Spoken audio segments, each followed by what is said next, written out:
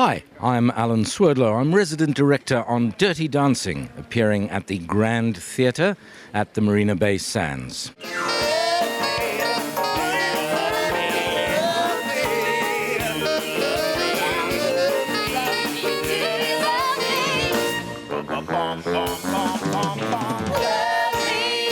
I became a director in a funny kind of way. It's one of those things that happen when I went to drama school to learn to be an actor. Right at the start, my professor said to me, "You're a director. I can see that you're a director." I said, "No, I'm going to be the greatest actor this country has ever produced," and that was it. I wasn't interested in directing. But he kept saying to me, "You see the big picture, you see the totality, how it all fits together." We used to have a tradition at the end when you graduated that you sat with the professor and he told you what your chances were like and what you should concentrate on and where you should focus your energies. And he said to me then, "I still think you're a director, and when you're about 32, you're going to realize that that's what you want to do." And it's exactly as he said. That's what happened to me. I decided that I wanted to direct. I was always interested in how the whole story was told. And that's what theatre is, really. We're telling stories, we're putting this all together and using the technical equipment, the talents of the actors, the talents of the writer, the music, whatever it might be, you putting it together. So I was very, very lucky. I began work as an assistant director. That was the way in which I started to learn the craft, what was needed. I think to be a really good director, you have to have a lot of psychology at your hand. You've got to understand the characters' psychology. You've got to understand how your actors work. And the fact that I had been an actor for quite a long time, I knew what their problems were, I knew what they struggled with, and I think that I'm able to step in and guide them and feed them. It's all about feeding information, steering them. I'm not one of those directors who says, "You've got to do it this way." I love the whole idea of collaborating. I love the fact that you work together as a team to create a production. And that's what I try and achieve in my productions. I like to know my cast members. I like to understand them. And it's different actors require different techniques.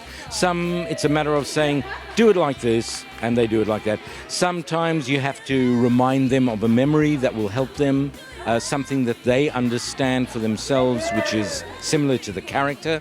And sometimes you've got to talk around it. And, you know, an actor being on stage, I admire actors. I think they are just incredible because they're getting up there night after night and they are exposing themselves. They're ripping themselves open.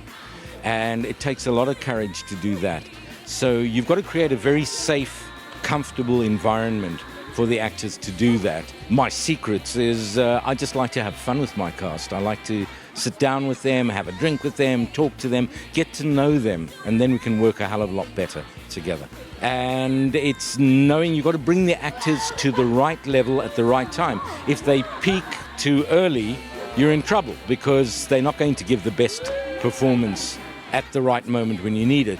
So you've got to pace things, you've got to watch what's happening, you've got to be very in tune with what's happening to them psychologically and in terms of their feelings, and you've got to see, are they at the right stage yet? And if not, you push a little bit harder to get them there. If they're there early, you pull them back and say, "Slow down, relax, it's okay." We put this together originally in a little over 5 weeks, which is a very tight, condensed time.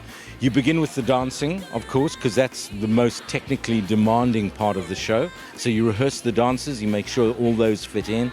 Then you start blocking, what we call blocking, which is telling people where they move, where they stand on stage.